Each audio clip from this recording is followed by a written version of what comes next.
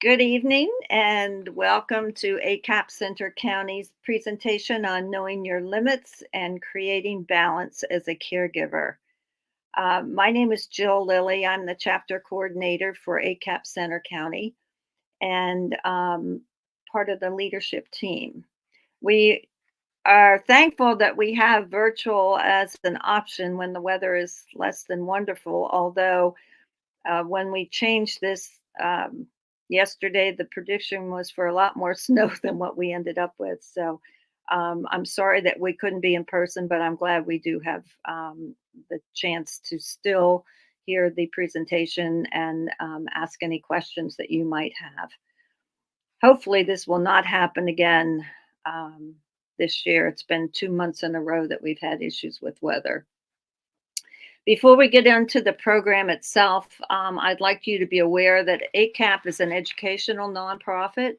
And if you would like more information about ACAP, or if you'd like to sign up for email updates so that you're in the loop, especially with iffy weather, you would want to go to www.acapcommunity.org and then click on the Centre County chapter for Centre County. We would not be possible without the support of our core sponsors. They give us financial support every year. And those supporters are Juniper, the Centre County Office of Aging, Grain Hospice, and Encompass Health. We are very grateful for all of their support that they give us. If you have any questions or comments during the presentation, please type them in chat and we will get to them. If you would like any more general information, please go to ACAP Community and you'll find tons of resource material and podcasts that could prove very helpful. So without further ado, I would like to introduce Evelyn Wald. Evelyn, take it away. Thank you very much, Jill. And thank you all for being here tonight. I have to tell you that this is my very first experience ever doing sort of this live stream. And Jill and I have been playing back and forth for the last 15 minutes. And I'm hoping that the information I have to share will show up on your screen. And I may disappear, but hopefully you'll hear my voice. I am an in-person person, and I'm sorry that we couldn't meet in person, but I'm grateful, as Jill said, that we have this opportunity to be virtual. So I am going to attempt now to put a PowerPoint up there, which Jill tells me we could see. So here it comes. So I know that all of you that are watching are caregivers, and we care for other people out of love, even out of obligation. We feel that it's our responsibility to do that. We do it out of necessity because the person really needs our care. And we do it also to honor that person because we love them so much. And yet, as you all know, caregiving can be rewarding and it can also be exhausting. And it affects you physically, emotionally, relationally, and spiritually. And I can imagine some of you might be shaking your heads right now. And as a result, we often feel a sense of guilt. I love to just describe guilt as the gift that keeps on giving, because when we begin to feel guilty, it seems to consume us and overwhelm us. So I'd like to share with you just some minor information and definitions about guilt. Guilt is considered a self-conscious, self-evaluative emotion, and it often involves your perception of how others value you. So think about that. It's something we impose on ourselves, especially self-evaluative. I wouldn't be a good daughter if I didn't take care of my dad. What would people say about me if I wasn't always there with my spouse? So it's those messages we give ourselves. And as this says, we also worry about how others would value us. And maybe if you have experienced guilt, you can also agree that it's characterized by feeling of regret. Maybe I didn't do enough. Maybe I should have done more. And tension as you worry about all the duties you have to do as a caregiver, as well as continue every other aspect of your life. I'm going to ask you to think for a moment. This is why I wish we were in person. I feel guilty because. And if you feel comfortable, you can type some responses into the chat box. I feel guilty because I don't know if I'm doing enough. I don't think that I'm giving it my all. I feel guilty because sometimes I really get angry and frustrated. I feel guilty when other people say, oh, you weren't with your mom today? Or, oh, shouldn't you be? Or, I feel guilty about, and you fill in the blank. So I'm hoping even if you're not putting things in the chat, your mind is going and you're thinking about all those things that you feel guilty about and feel guilty for. It's a very powerful emotion, and it can really kind of destroy our spirit and our soul. It's a very normal emotion, but it can sometimes take over our lives. So tonight, I just want you to think about, do I feel guilty? And when I filled in those, I feel guilty because or when, you heard me say a lot of shoulds. And maybe some of you have heard this before. If you think about the word should, and then add ERS to the end, now we're talking about our shoulders. It always, makes my mind go crazy when a word like should, when you add ERS, shouldn't we call it shoulders? However, our shoulders are where we carry the weight of all those shoulds. I should be doing more. Other people tell you what you should be doing. And so part of those shoulds are what add to the weight of the guilt that some of us feel when we're not living up to our standards or the standards we perceive that others have for us, or when the person that we're caring for questions something about us. Shouldn't I be having my lunch now? And either we get angry or frustrated, or we walk away feeling guilty because, oh my gosh, of course I should have given them their lunch and I didn't do that. And so we have all these messages that go on in our head. Evelyn, I have some responses for you. Oh, great. One is I feel guilty because I am not as available to my parents because I live far from them. Okay. Another, do you want these all together or do you want to? No, go ahead and give them to me together. Okay. I feel guilty because I am not, I feel guilty because taking care of my parents takes time away from spending time with my son. And I feel guilty when I don't know the most caring response in a tricky moment. Wow. Well, first of all, let me thank you all for your honesty. I took the PowerPoint off, but I appreciate that because as you've all shared guilt, these are the things that you're concerned about, right? So the person who said, I feel guilty that I can't care for parents because I live far away. And yet I imagine you have regular contact with them, whether that's by phone or maybe, through Zooms or through your texts and your emails. And one of the things that I like to think about is that so often in life, we are all doing the very best that we can, but our brain tells us it's not good enough. We should be doing more, right?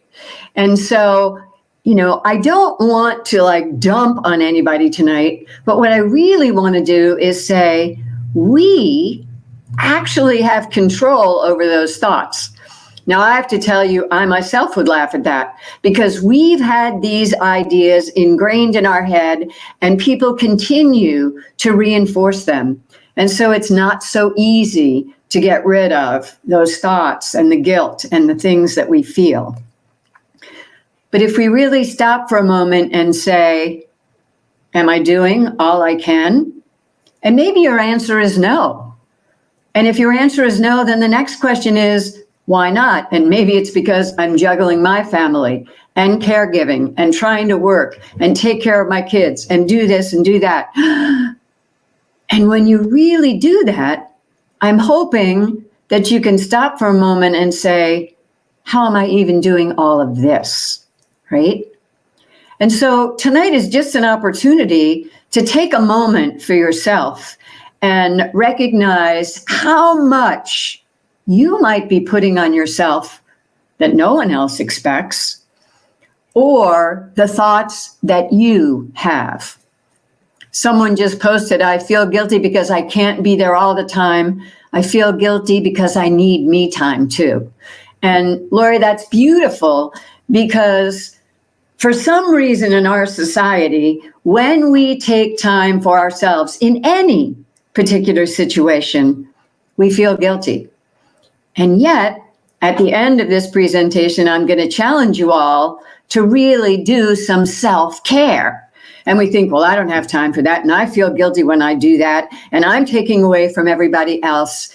But I'm not going to ask you to do tremendous things. I'm going to ask you to do simple things like, when you're running from the bedroom to the kitchen to get that lunch, can you just pause for a few moments and take some deep breaths?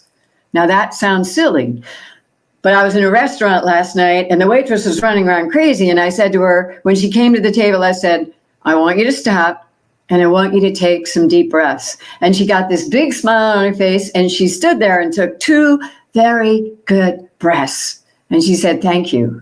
Now, of course, I want you to do more than that to take care of yourself, but even something as simple as that. Or when you're standing in the kitchen, put your arms up and stretch a bit because those shoulders need a little relief from all the burden that is weighing on top of them. So let me go back to my PowerPoint and I'm going to shift for a moment and I'm going to talk about another concept that we're all familiar with. And that is the concept of boundaries. Now, if you look at this slide, you'll understand a little bit about what goes on in Evelyn's head. My head likes to play with words. And so I took that word boundary and I broke it up, as you can see. I broke it up from bound to air, and then I kind of slipped in the word free, right? So to be bound is to be secure with a rope, or to be obligated with a sense of moral duty. To be bound is to be tight and to be uncomfortable. And again, if we go back to guilt, that moral duty, that obligation, that discomfort can all be a part of guilt. So we've got the bound part, and then we've got the air part, which is free and flowing and breath and life, right? That's those moments where I invite you to take a breath or do a stretch. And then we have free. We're at liberty. We're not bound. We have no obligation, not restricted in any circumstance. Now, some of you are probably laughing, going, yeah, tell me about that, Evelyn. Who has that kind of freedom? Mostly kids that are probably under 3 years old have that kind of freedom, and we don't. But when you break up that word boundary, I'm saying that even when we're bound by our obligations, by the things we feel like we need and have to do, there can be some freedom in there. And we can create stronger, more solid boundaries. So, at their core, boundaries are all about who we give power to. And that comes from a short little presentation by Brene Brown. It's what we and who we give power to. And here's another point like guilt. Boundaries allow us to decide when, how, and if we choose to give our power away. So maybe you wouldn't use the word powerless when you're thinking about all the things that you have to do, but really, we do have some power when we're planning, when we're setting these boundaries.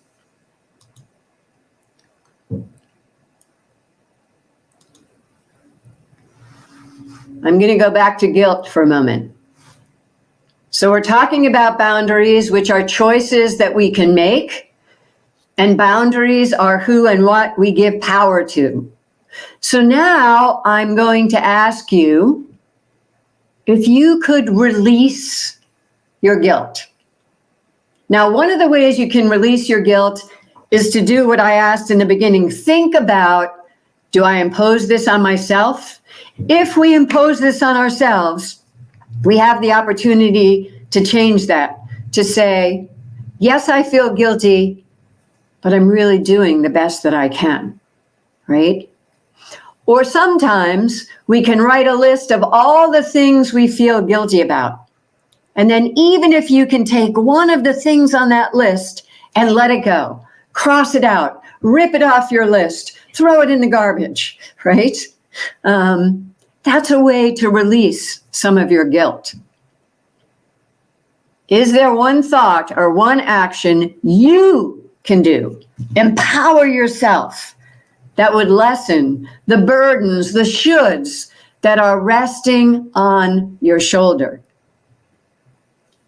And if you can possibly even think about this and go the next step, can you recognize letting go as an act of self-care, or maybe better yet, self-preservation? So I want to go back to taking that all down and asking, as I ask those questions of you, can you imagine releasing that guilt? Can you imagine doing that as either self-preservation or self-care?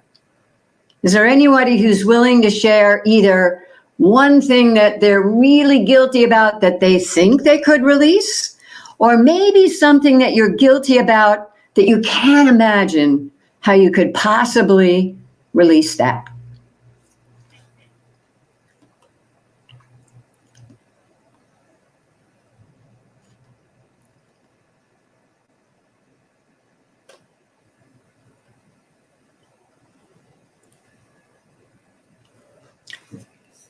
Lori, I'm going to go back to you where you put in there that you feel guilty that you don't spend enough time with your mom. And so I'm going to turn it around and say, let's say you spend 3 days a week with your mom, a portion of an evening. If you were to add another evening, or maybe spend a Sunday afternoon with her, would you feel better? Or would you still feel guilty that that's still not enough time? I don't know if you're going to answer that question. I'm kind of putting you on the spot. But I'm also going to do the second part of what you said. And you feel guilty because you don't take time for yourself, or you would feel guilty if you would. So I'm thinking, is there a possibility to let go of that guilt and to say, you know what? I'm going to allow myself to go out on Sunday afternoon and take a beautiful walk. Or I'm going to allow myself to finally call that friend and say, yeah, let's go out for coffee, right? So I'm talking about releasing your guilt, but at the same time, I'm trying to help you create a boundary that says, I'm really giving and doing all that I'm able to do. And now I'm going to do something for me. And what I find in my life, when I actually take the time to do something for me, It may be as simple as that walk. It may be as simple as that coffee with a friend. It just renews and rejuvenates me. And sometimes it unconsciously wipes out those guilt feelings. And I feel this renewal. And suddenly I give even more of myself to my partner or to my friends or to my work. So this idea of being able to, one, do something for ourselves, two, to release that sense of guilt that we might feel, can actually empower us and fill us with even more energy and ability to be there for other people. I'm going to go back to the PowerPoint here and go back to boundaries. So I'm wondering if you could own one unhealthy boundary. And I'm going to tell you that the one unhealthy boundary I have been working on for years is the ability to say no. It is so difficult for me to say no. And I remember being with a therapist who said to me, well, what do you think is going to happen if you keep saying yes, Evelyn? And I said, honestly, I think I'm going to have a heart attack and wind up in the hospital. And then the therapist said, okay, I want you to see yourself lying right now in a bed in the hospital. How do you feel? I'm like, I feel terrible. And I don't want anyone to see me like this. And she said, who would you least like to see you like this? And suddenly I thought about our grandsons, who at that time were about 10 and 12 years old. And I thought, oh no, I don't want them to come and see me. And she said, nope, I want you to envision them seeing you. Now, I was getting pretty frustrated with this therapist, but the point was, she wanted me to have this experience to say, you just told me if you keep saying yes, you're going to wind up in a hospital. I've not forgotten that. My grandsons are 21 and 17 now. And now when someone calls me or sends me an email to do something, one, I say, let me check my calendar. Let me get back to you. And really, that's to stop me from immediately saying yes. And here's what I discovered. I said no once or twice to folks, and I felt guilty, and I beat myself up. And you know what? They said, okay, thanks. And I'm like, well, if you need me at another time, please be sure to contact me. That was my guilt and my shame coming forth. But I discovered that people are very understanding when you say no. Now, that might not be true of your children when you say no, but that's a different story. That's an unhealthy boundary that I continue regularly to work on. And then the question is, in your life, is it possible for you to create one healthy boundary? I have a dear, dear friend who, after 9 o'clock, she doesn't check her texts, she doesn't answer her phone, unless it's one of her children and she thinks that it's an emergency, because we all know that after 9 o'clock, you don't call her. And some people get offended by that, but I think that's a beautiful boundary that she's set up for herself.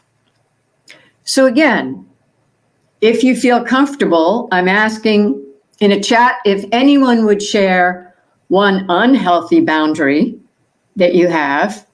People walk all over me.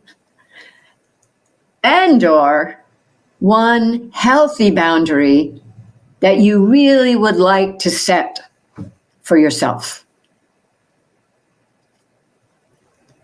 So Jill, we'll see if anybody is brave enough to offer that up.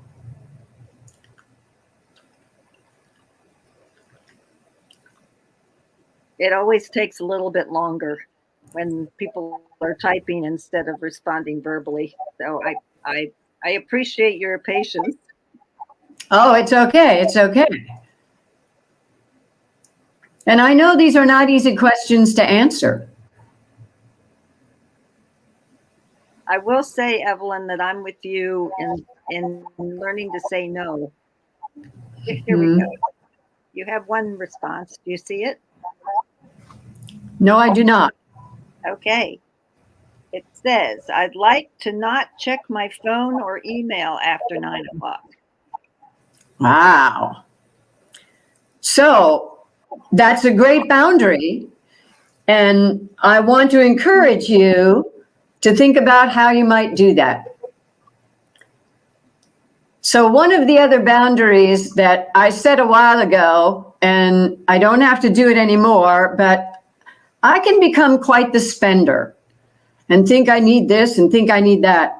So at the beginning of the year, I often hand my credit cards to my partner and say, hold on to these, don't let me have them. So when you talk about not checking your phone or checking your texts, maybe you might need to give that phone to someone at 9 o'clock to start the process and say, don't let me look at this. Don't let me look at this. Because it's really hard for us not to kind of engage in things that we're always doing. So sometimes we need to ask for help. So I'm hoping that you can take that boundary and you can really, really set it for yourself. Lori, I can see, for some reason, I can see what Lori typed in. Okay. She says, thinking I needed to be there for my mom all the time was very unhealthy. I have caregivers who love my mom, and this has been a very helpful change for me and even for my mom. Lori, you go, girl. That's absolutely right. You know, so the fact that you found other caregivers and they are there caring for your mom, you're right, has been a healthy change for you and for your mom. Sometimes we think we have to do it all by ourselves, and we don't. So here's one that says, I'm moving in with my parents over the summer, so I'm really worried about how to set boundaries about having my own time and space while living in their house. So Rebecca, let me tell you, the best thing to do is when you move in, you set those boundaries, right? And I admit it's tough because it'll be up to you to hold firm on those boundaries. But if you go in the house and you start to let things go willy-nilly, it's just like your kids, and I see your beautiful kids in this picture, they'll walk all over you. So some of those boundaries you may just keep to yourself, but you're going to enforce them. Some of those boundaries you may have to say out loud, right? Like, I'm going to be available from this time to this time, but at this time, I'm going to have to do this, that, or the other thing. So if we can really put those boundaries into position at first, that's going to help so much. And remember, boundaries are about who we give power to. And it's really important to empower ourselves, right? So I'm hoping that you can do that.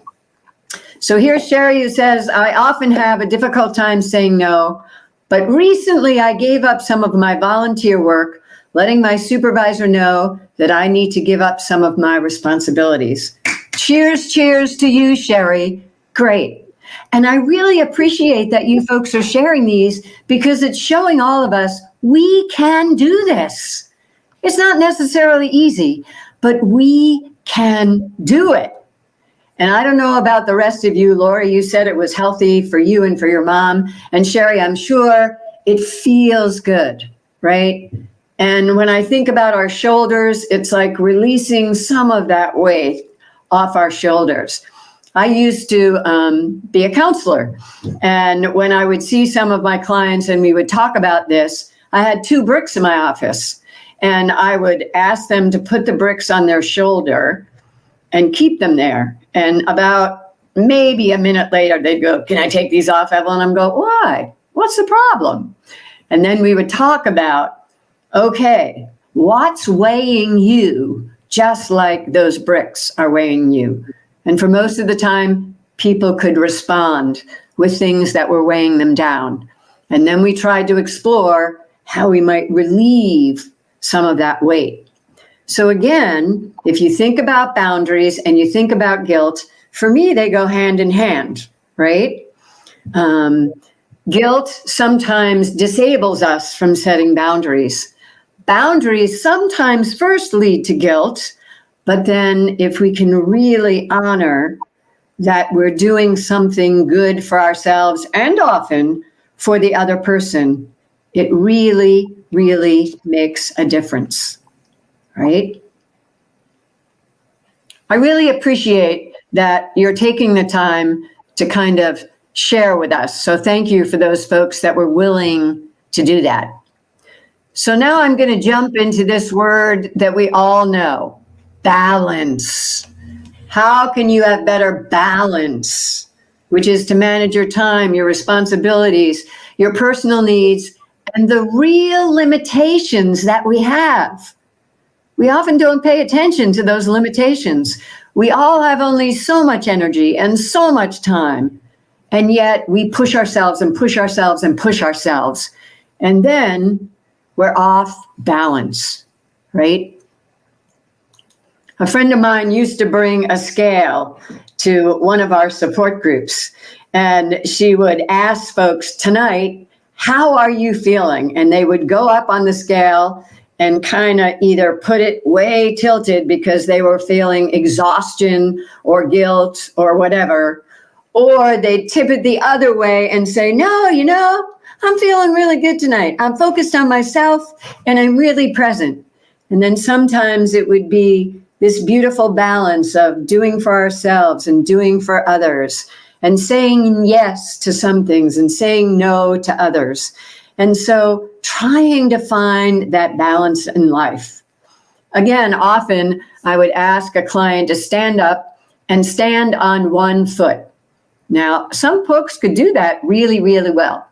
But most folks could only stand on one foot for a short period of time, and then they either fell back onto the couch or they had to put their other foot down. And I'd say, oh, so in order to balance yourself, you've got to have both feet on the ground. And if one foot represents everything you do for everyone else, and the other foot represents at least paying attention at times to yourself, and not just at 11:30 at night when everybody else is quiet, although that may be the best time for you to do it. I have a colleague who has 3 children and a full-time job and all kinds of things. And recently she said she decided that she would get up at 5:30 in the morning, which to some of you may sound crazy, so that she can have coffee by herself and just begin the day in peace and quiet until at 6 a.m. when everybody starts going crazy. And she said to me, it really makes a difference.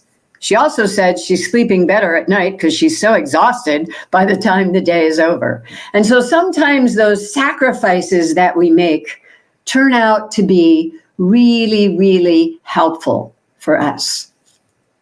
So tonight we're talking about guilt. And we're talking about the fact that a lot of our guilt feelings come from our own expectations of ourselves and our concerns about what other people will think. Someone shared with me a number of years ago that what other people think about us is none of our business. And I think, wouldn't that be lovely? But in your mind, you can make it none of your business, because there are always going to be people who think we should be doing X and Y. And then there's going to be people that wonder why we're not doing Z. And so you can please some of the people some of the time, but not all of the people all of the time. But I'm asking you to really look at those thoughts and expectations you have of yourself.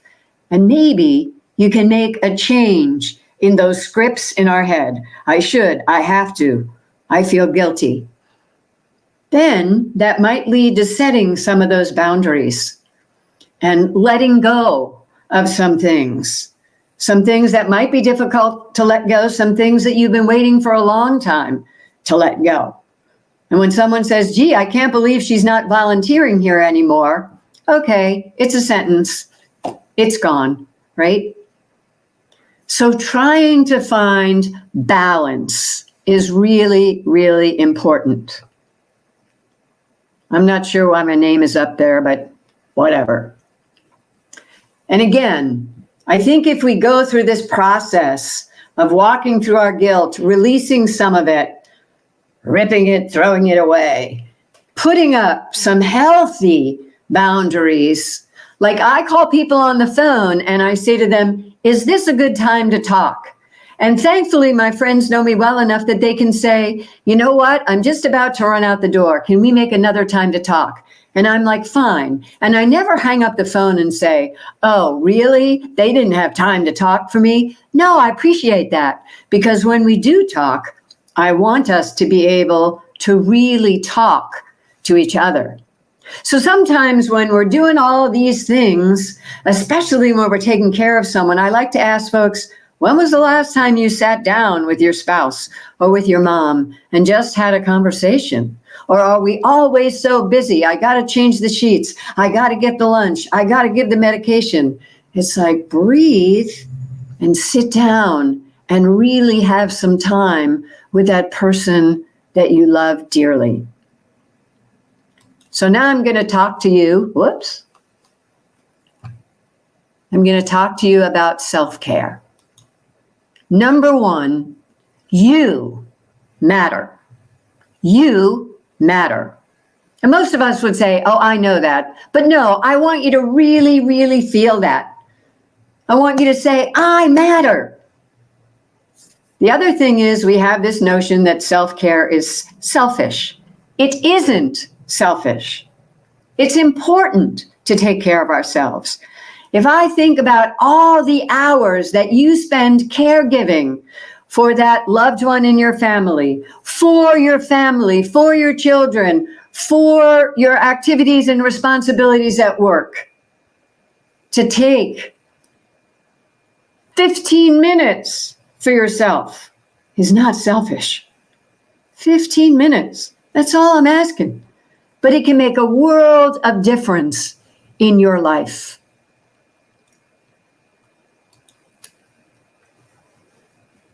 So had we been in person, I had this wonderful sheet called my personal plan. And Jill and I were trying to figure out, I have it in a whole bunch of handouts and we can't separate it out, but we're going to try to figure it out.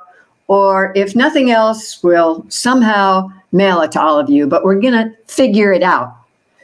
And your personal plan is, I promise to make and take time each day for me. And again, let's go back to what I said. Even if you stop a few times in the day and just take some deep breaths, even if you get up and stretch a little bit so that you're giving your body a little bit of attention, or maybe you just want 5 moments alone, and maybe the only place you can get them is in your car. Well, then either when you get in your car, take those 5 minutes, or when you arrive at your destination, take those 5 minutes. And I'm not talking about texting and calling people on your phone. Maybe you're going to listen to a beautiful piece of music. Or maybe you're going to take a moment and meditate or pray, right? That's what I'm saying. I call those quickies, right? And then maybe you might do some mind or body enhancers, right? So that's maybe take that short walk. Or maybe that is to have a conversation with a friend or to talk to your kiddo. Or maybe you don't have time to read, but you're going to listen to that book.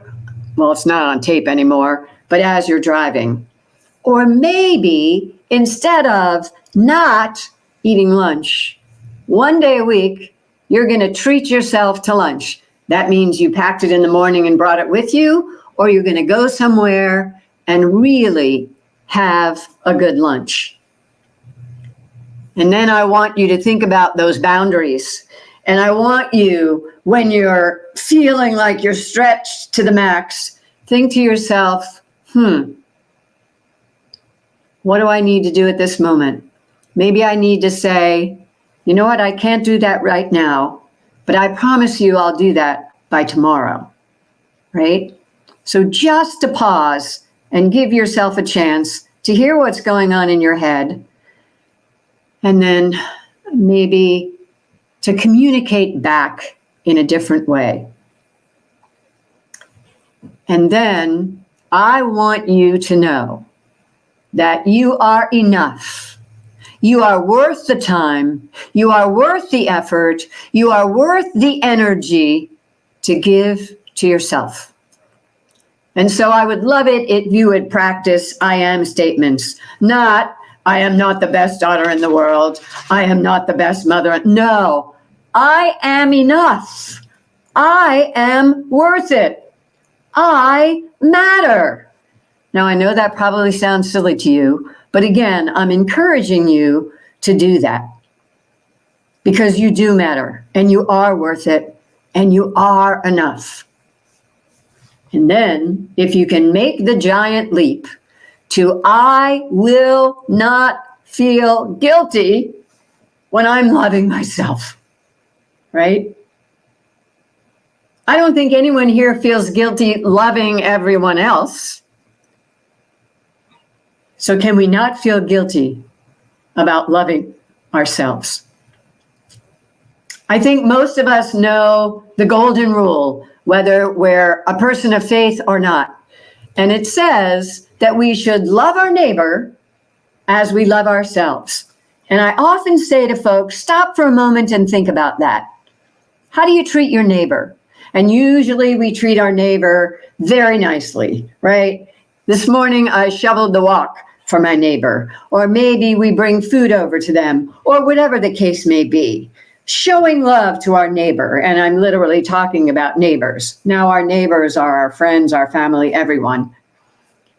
But what if we treated our neighbor with the same amount of love that we give to ourselves? If we think the world's in a mess right now, it would be in a greater mess. So think about that.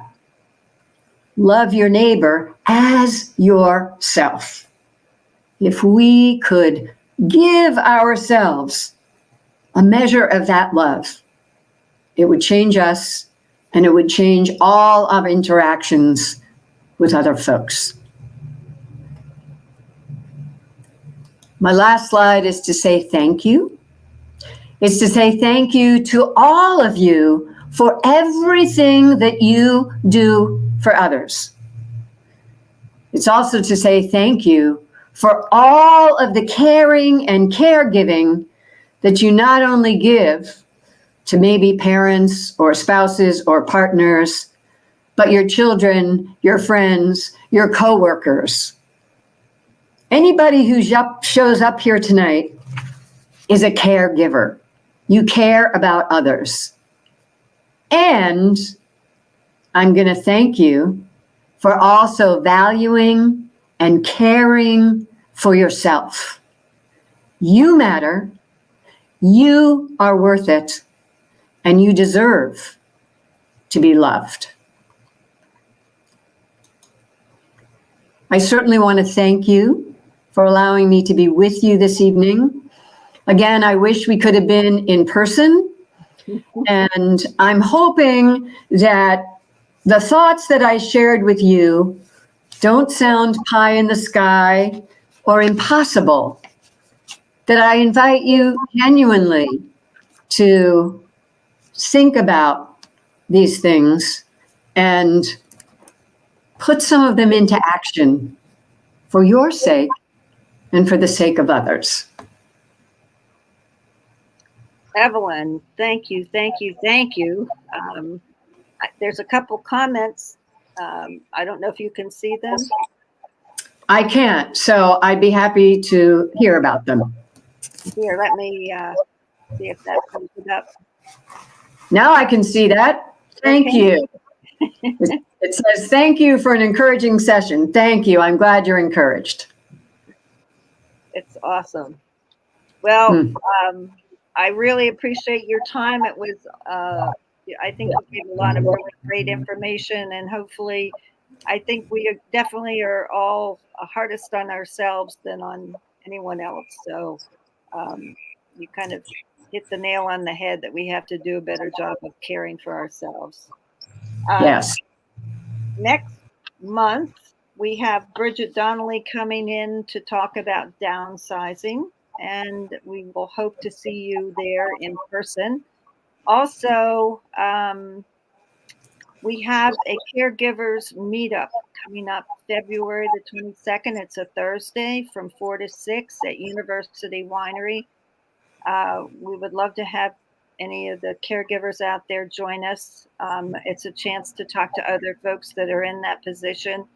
What I find interesting is that many people don't consider themselves a caregiver, and yet when you talk to them, oh yes, I help my mom and get groceries with her, or you know, uh, some other small errand. They just don't look at it as being a caregiver, and hopefully those people will rethink it and come join us.